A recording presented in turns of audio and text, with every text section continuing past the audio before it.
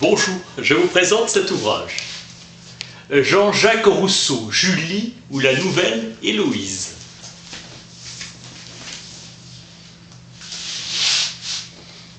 C'est chez les corrompus de Français que le citoyen de Genève a son public. Ces frivoles aiment les grandes vérités, âpres saveurs. À toute littérature d'idées, un problème d'expression se pose. Rousseau, philosophe, se mue en romancier. Rousseau prend du recul par rapport à ses souvenirs. Il crée des êtres distincts des individus qu'il connaît. L'histoire de ces personnages est commandée par les exigences de leur âme romanesque. Quelle que soit sa puissance d'abstraction, l'homme qui écrit est le même qui vit et souffre. Le cours de ses pensées lui fournit de quoi enrichir les parties nouvelles.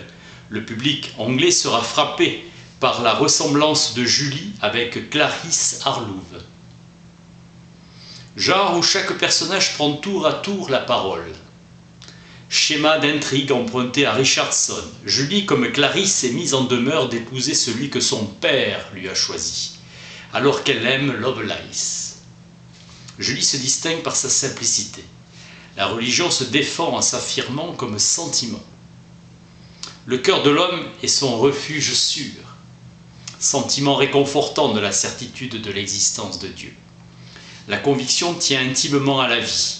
Avec la femme, Rousseau développe la vertu consolatrice. Du fond de l'inconscience, le rêve laisse affleurer des motifs chargés de sens. Elle s'exalte en un mysticisme triste. Le bonheur m'ennuie, rien n'est beau que ce qui n'est pas. La piété est un appui qui empêche les femmes de tomber.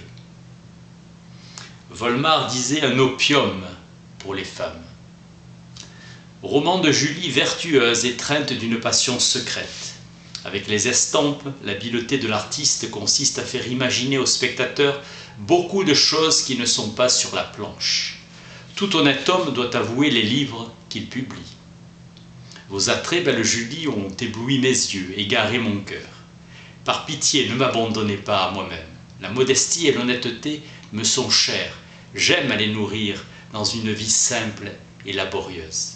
L'esprit s'orne, la raison s'éclaire, l'âme se fortifie, le cœur jouit. Que manque-t-il à notre bonheur? Je voulais vivre pour vous et c'est vous qui m'ôtez la vie. Nous sommes plus riches que nous le pensons. La grande erreur de ceux qui étudient est de trop se fier à leurs livres.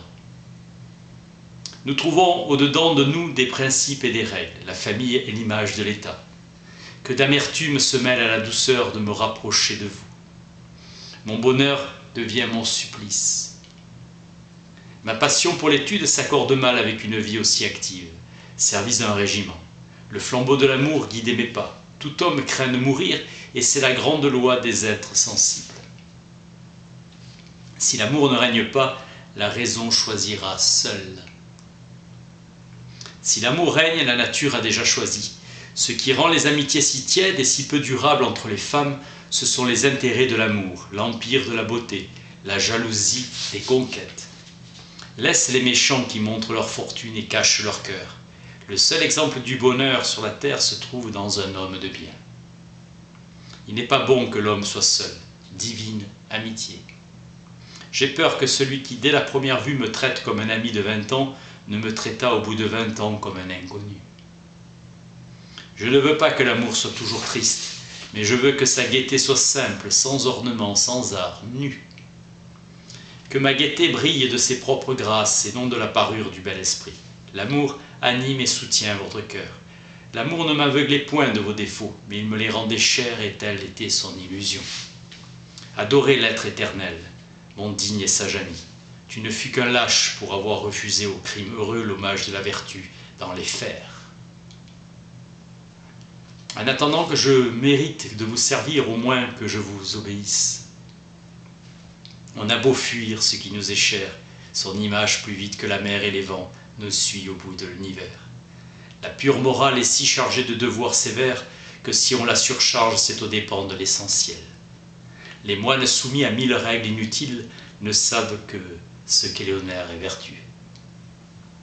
Les valets imitent les maîtres et les imitant grossièrement, ils rendent sensibles dans leur conduite les défauts que le vernis de l'éducation cache mieux que les autres. La femme de chambre dépositaire du secret de sa maîtresse lui fait payer cher sa discrétion. Le jugement des domestiques me paraît être l'épreuve la plus sûre et la plus difficile de la vertu des maîtres. Le signe le plus assuré du vrai contentement d'esprit est la vie retirée. L'erreur des prétendus gens de goût est de vouloir de l'art partout au lieu que c'est à le cacher qui consiste en véritable goût. Si l'auteur de la nature est grand dans les grandes choses, il est très grand dans les petites. Votre cœur nous a longtemps imposé sur vos lumières. Vous avez pris le sentiment pour de la raison. Un cœur droit est le premier organe de la vérité. Celui qui n'a rien senti ne sait rien apprendre. Voulez-vous n'être qu'un discoureur comme les autres et vous borner à faire de bons livres au lieu de bonnes actions? Heureux le pays où le mérite qui se cache en est d'autant plus estimé. Nous laissons beaucoup de choses au hasard. C'est dans l'harmonie du couple qu'est la source de leur richesse. Le premier pas vers le bien est de ne point faire de mal. Le premier pas vers le bonheur est de ne point souffrir.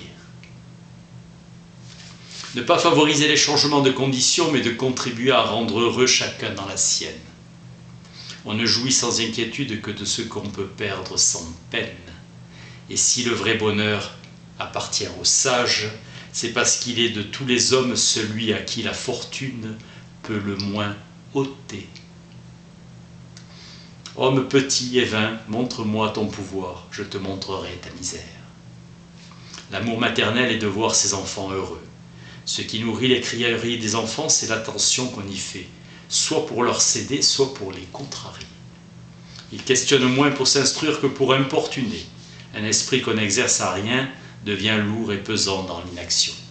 Les leçons à recevoir sont celles prises dans la simplicité de la nature. Les enfants ont un cerveau souple qui rend propre à recevoir toutes sortes d'impressions. Chercher en secret la racine d'un propos vicieux et prendre soin de l'arracher. Ôter la mauvaise herbe, c'est lui cultiver la bonne. Insensiblement le calme renaît et l'ordre avec lui. Je partis le cœur plein de tous mes devoirs, pénétré surtout de ceux que votre amitié m'impose, et bien résolu d'employer le reste de ma vie à la mériter. Sitôt qu'il sut de quoi il s'agissait, il voulut tourner la chose en plaisanterie, puis changea de ton.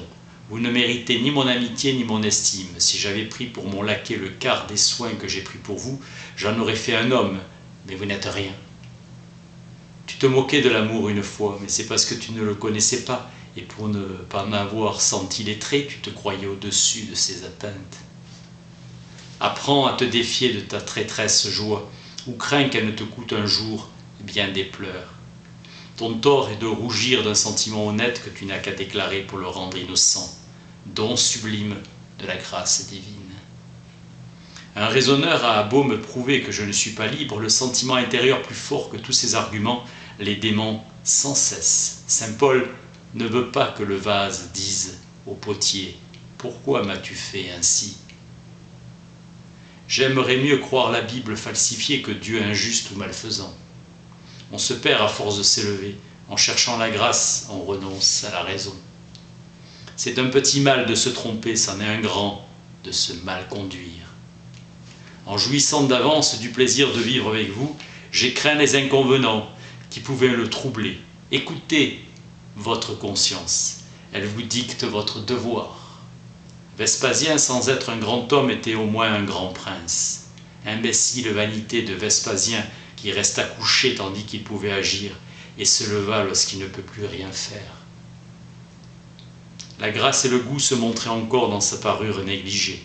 Plus on vit, plus on aime à vivre, même sans jouir de rien. C'est une manie commune aux philosophes de tous les âges de nier ce qui est et d'expliquer ce qui n'est pas. Une partie de mon bonheur consiste dans le témoignage d'une bonne conscience.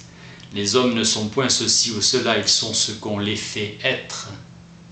Le peuple du pays de Vaud, quoique protestant, est extrêmement superstitieux. Je me suis longtemps fait illusion qui était salutaire, puis se détruit au moment où j'en ai le plus besoin.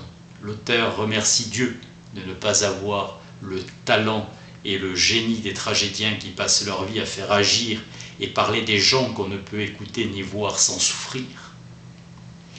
On devrait gémir d'être condamné à un travail si cruel. Un charme secret s'insinue dans mon cœur et me présente un avenir heureux, comme s'il devait exister. Mes ardents souhaits me tiennent lieu de pressentiment. Les richesses en argent sont des richesses illusoires et précaires dont la valeur ne dépend pas de ceux qui les ont. Tu fais bien, mignonne, de m'aimer encore un peu pour moi, je t'aime à la folie. Mais je trouve que tu te plains de mon absence de manière à le faire durer longtemps. Tant que la révélation n'établit que des faits et que ces faits n'ont rien d'absurde, on est sans contredit, obligé de les croire. Jean-Jacques Rousseau, Julie ou la nouvelle Héloïse. Merci.